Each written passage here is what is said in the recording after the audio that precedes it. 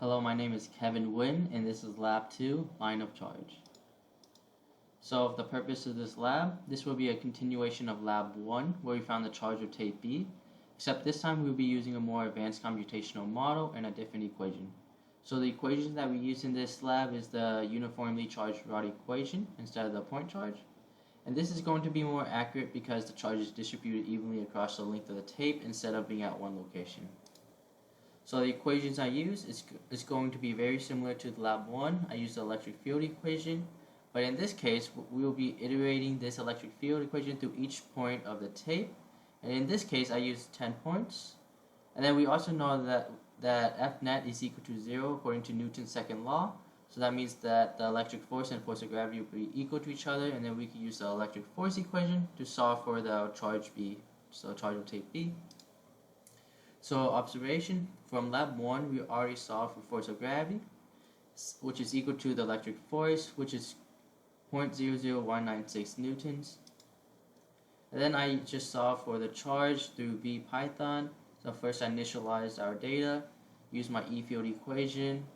This is my line charge equation, which is these individual points. And then I just set up the location of the top and bottom tape. Then this is my code where I iterated through the tape at each point and added the E field and E force together. And then I set up my arrow for the electric force and force of gravity. So this is what happens when you run the code. As you can tell, that the white is the electric force and yellow is the force of gravity, and they will have the same magnitude as each other to cancel out. And the green is the electric force at each point.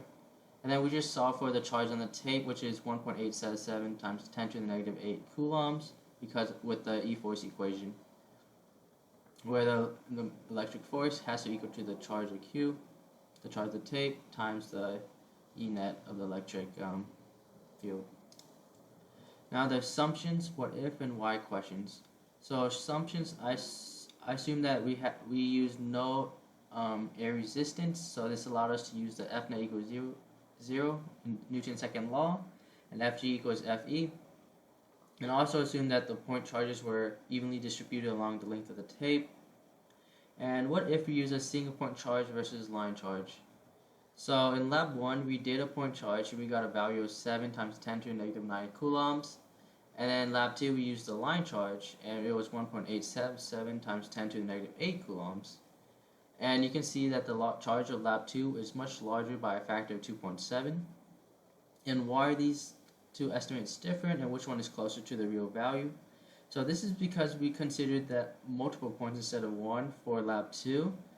So the charge is throughout the whole tape, which gives us more of a charge. And in lab 1 we only assume that the charges were concentrated at one location, and this is not very accurate in real life since the charges should be distributed throughout the whole tape. And that's it for my lab. Thank you.